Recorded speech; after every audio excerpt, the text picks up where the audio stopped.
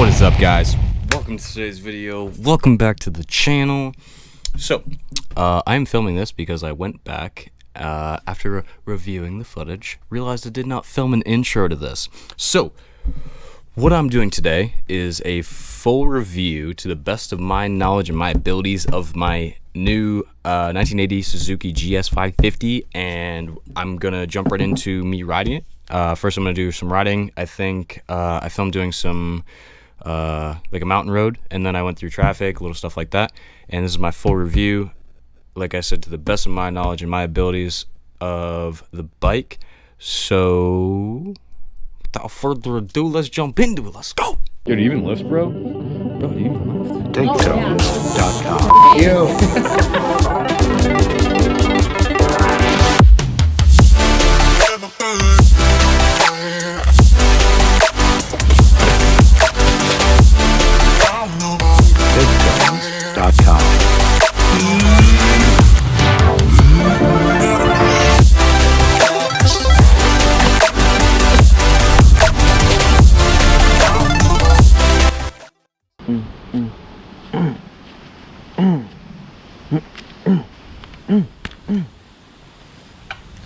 Hopefully you can hear me, kind of.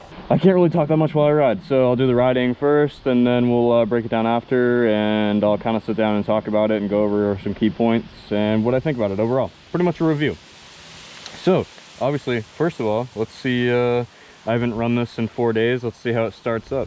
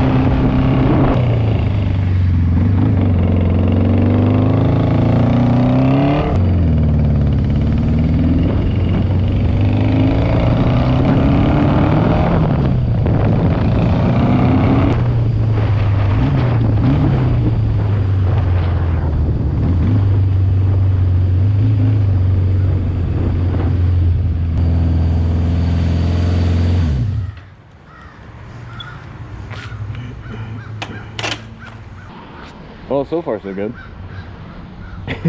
Made it to the parts store to pick up oil because, of course, it leaks oil. So, on the fun part of riding a 40-year-old bike that nobody really did maintenance on, I guess that's more of another problem. Riding a bike that's 40 years old, you don't know if they did maintenance, they don't know if they kept up everything, pretty much until it's too late. And these guys like tried to, but none of the seals have been changed anywhere in the engine, so it kind of leaks. It's got like a couple small drips, but it's been sitting for 4 days, so it'll probably take a whole quart, which sucks, but $5, so it's not the worst thing.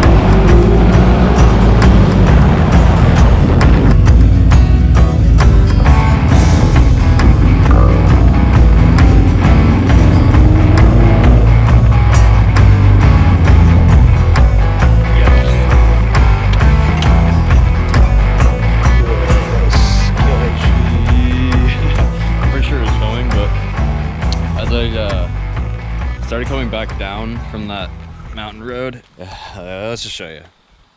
Let's see if we can see this. This has like, that's all play, and this is as tight as it goes. Look at how frayed that cable is. Yucks. So I guess we're not riding again, so at least I got one video in. Alrighty then. So, forgot what I was gonna say. I'm gonna go in, I'll make a list of what I think are pros and cons. Yeah, I'll just save the rest for when I go inside. So I'll do that, I'll get everything written down, I'll get set up, and I'll either film this tonight, or it might be in the morning. I'm not 100% sure because we're gonna go to my mom's for dinner. Yeah, we'll get some good footy in though. All right. Bow, bow. What is up, brothers? Welcome. Good morning. This is a microphone check. A microphone check, a 1, 2. Check, check. Delicious. This is sick. What is up, guys? Good morning. Welcome to the new, what do you call this? What do you call it? What do you call an official desk area where you get things done? That's what this is. For the boys. For the boys. Alright, so I wrote down some things. Key points. We're talking about the 1980 Suzuki GS550. This is my personal review. It's actually not morning. It's probably about noon. I got some coffee. I got some stuff we gotta talk about. Let's get to it. Let's get right down into key points though. So, how long have I had it? I've had it for, I don't know, a couple months now. And I haven't had to do anything at all except bought it, put a battery in it. I pulled the jet. I cleaned the jets, the carb seals, the rings that seal the bowls. The float bowl was pretty much demolished. I had to change the seals. Pretty much basic maintenance when you get over, I'm pretty sure most bikes like over even less than 20 years old. You start looking at carb issues because gasoline breaks it all down. It's just a natural thing. It happens. You got to replace it. So plan on replacing that. If you get a bike that is older than 20 years old, I would just assume to replace things such as that. Anything fueling wise, fuel lines, they start to rot out, they get really dry. It's not a big deal. It's all pretty easy stuff too. I wouldn't be too intimidated with pulling carbs. I know a lot of people have a lot of issues with once it comes to fuel screws, air screws, jet size, pilot size, main jet size, whatever it may be. As long as you know it runs good, pulling it apart and putting it back together is like super easy. You usually have a main jet, usually have a pilot jet. There might be a secondary pilot or I forget what it's called. It's usually a smaller one on like the air intake side, but they're all usually a flathead, but they're all brass, so be careful with that. You could they're easily like strippable, easily chippable, anything like that. Just be careful with them. They're usually a flathead. You screw them out, use a little bit of a carb cleaner, alcohol cleaner, anything like that to get them cleaned out. A little bit of compressed air. Simple as that, nothing crazy. So yeah, with that being said, I put that in. The cons, obviously the cons is being carbureted, meaning it's going to start harder. It's going to be, I mean, people will say like you got a fuel injected bike, the throttle is exactly the same, or the power is exactly the same every time, which is factual. I mean, it is what it is. But as long as you're not scared of learning a little bit about carbs, learning a little bit about fueling, learning about your bike, which isn't a bad thing at all, not a big deal. So I put that on kind of both. It's in the middle, pros and cons. I wasn't sure which it really classifies as.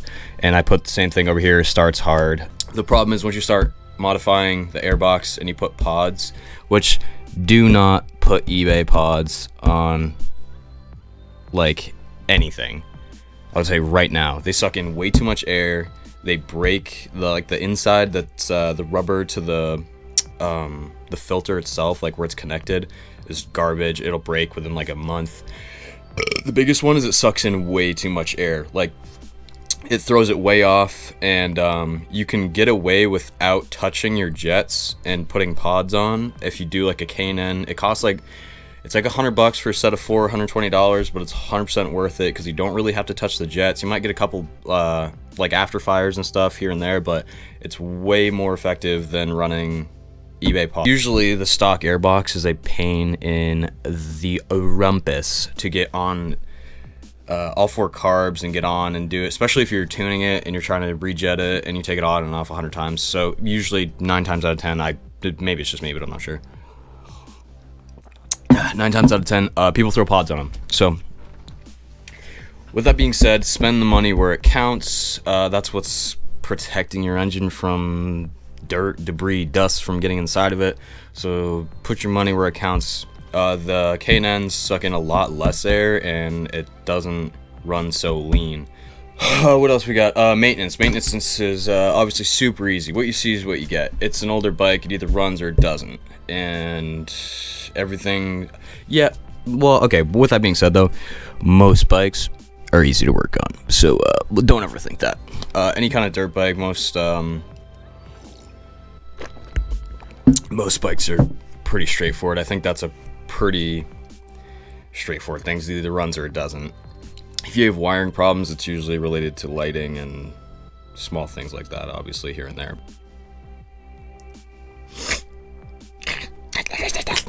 Bro, I'm juicing off this coffee. Bow, bow. Yo, if you guys like the new setup, hit that like button. There's gonna be more of this where it comes. More, you know what I'm saying? I don't, because I've had like 3 coffees. There's gonna be plenty more of this where that came from. Yeah. God, I'm so hyper. All right. So yeah, that breaks down maintenance. Maintenance is pretty straightforward. Everything's, like I said, what you see is what you get. Runs or it doesn't. Wiring harnesses for older bikes like that are relatively, I'm not saying they're simple because they're really not when you break it all down, the main harness, but for the most part, you can look up diagrams. You can find everything you need on forums online, or they make the old manuals and stuff that tell you like all the jet sizes you need for like your Mikuni carbs or whatever you're running for carbs. So the forums are all there. All the information you need is obtainable. So not a big deal. Another pro, easily customizable. So again, with seeing is what you get, or like what you're looking at is what you get. Everything's super open and right there, and it's all like extremely easy to change. So a lot of newer bikes, you're buying it because what it looks like is what you want. As to an older bike, you're paying less so you can put more into it, which is what I would do personally. Like if I'm buying a new BMW and I'm buying a M4, I'm buying it because it's a gorgeous car and I don't want to have to put much into it to get out of it. As to if I buy like the GTI, I buy the GTI and I don't pay that much for it so that I can put a lot more into it and customize it a little bit more. But so like the frame, a lot of times people buy shorter seats and they chop the frame and they make like a custom kind of 12 bar, slide it up, and it's not 12 bar. This guy, whatever you want to call it, the rear subframe loop. Yeah, they chop that, slide it up, re-weld it. Everybody does custom lights. They always change the lighting. Everything's pretty much interchangeable for any kind of older bike like that. Couple of downfalls. Needing to replace parts.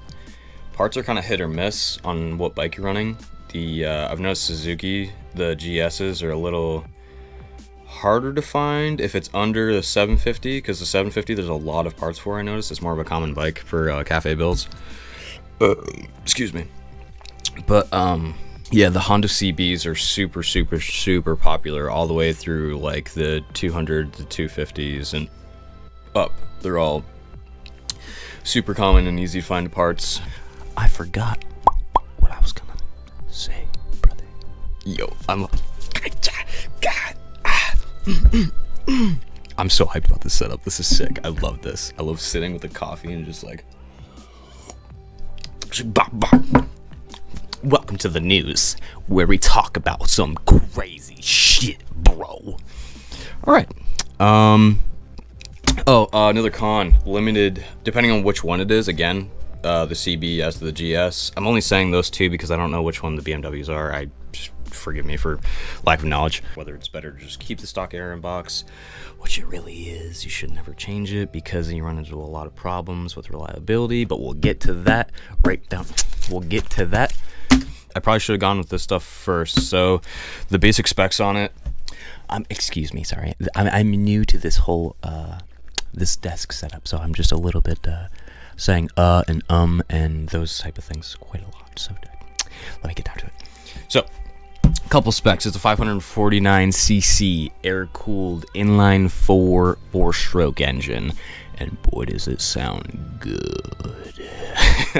Claimed horsepower 54 horsepower at 9,000 RPMs, and makes 31 foot-pounds of torque at 7,500 RPMs. So it's a good learning bike is what I'd say, because it doesn't make so much power that you feel like you're not controlling it. I think the power to weight is extremely well balanced out with the 550, because it's not too much. Ooh, that's the only thing I didn't see. I didn't see how much it weighs, but I want to say it was like 394 pounds or something like that when I looked it up. Yo, y'all like the fresh fit? You like that fresh? Yo, peep the cowboy cut. So, yeah, I think that wraps up the majority of the review.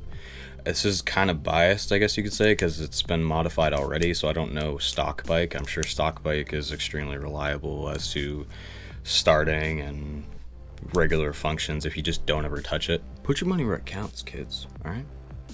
You gotta pay if you want to play. You feel? All right, reliability. I've never had any problems with this bike. It's knock on wood, except for my own faulting. So running like super lean being my own fault, because I put super cheap pods on it thinking it'd be okay, because like it's a cheaper bike, I could put cheaper stuff on it. Not true. You shouldn't do that. If you pay less, you should put more into it. I really believe that. Just little problems that are going to happen when you ride a 40-year-old bike, you know, seals in the engine, things like that aren't going to be good. Whether or not you're willing to deal with it for the greater cause of just that, what you're seeking, is totally up to you. If you don't want to deal with that, get a new bike. But if you want to learn, this is a good platform for it. It's a great platform to learn how to do things. That's what I'm trying to get through, bro. Alright, I'm just spittering and sputtering on about the same exact thing over and over again. I'm noticing that, because that's why I put the notes here, so I wouldn't do that. But I'm still doing it anyway, so I apologize. I think that wraps it up, though. I think that's everything that needs to be said. Yeah, it's an older bike, man. The feeling is where it's at, though. When you ride it, it's just a mechanical feel, but it feels so good. Like when you're going through a mountain road, that road up there that I took in the beginning of this video is one of my favorite spot. I take it up, it just cuts right in, it carves. It doesn't make a ton of power, but it's enough that it pulls through turns. You have to put a maximum effort in to get out of it what you want, but what you put in is what you get out. And the feeling is just like so good, though. Oh my god, I can't even describe it.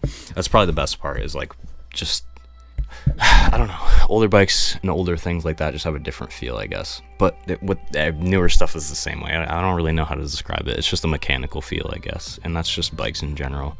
And I'm kind of learning that as I go, which is really cool, because I'm pretty inexperienced when it comes to like road bikes and stuff like that. And I really want to get into like a little bit of stunt riding and do stuff like that around here, because there's nobody around here that does this kind of stuff. And I want to put that kind of content out. I love doing it. I love learning about stuff like this. I'm not a kind of guy that can sit behind a desk and like do nothing, and I drive myself nuts all day, because all I'm thinking about is like what I could do over here, and I see this spot and I could go skate there, or I see this spot and I could go learn how to do like stoppies there, and I don't know, I'm just constantly trying to learn about new elements of things with engines, I suppose. That's what we'll wrap this up as. So that is my full review on the 1980 Suzuki GS550. If this was helpful at all, hit that like button for the brother. Hit that like button for the boy. If this wasn't helpful at all, I'm very sorry. I tried my best, and it'll get better as I go. This is my first little desk realm review. I dig this. This is fun. I like doing this. I feel like a newscaster. This just in. Wheelie time. It's time to bust out dank nooners. I don't think there's anything wrong with it if you have a little bit of know-how. If you have a little bit of know-how, reliability isn't going to be an issue for you. If you don't like it, don't ride it.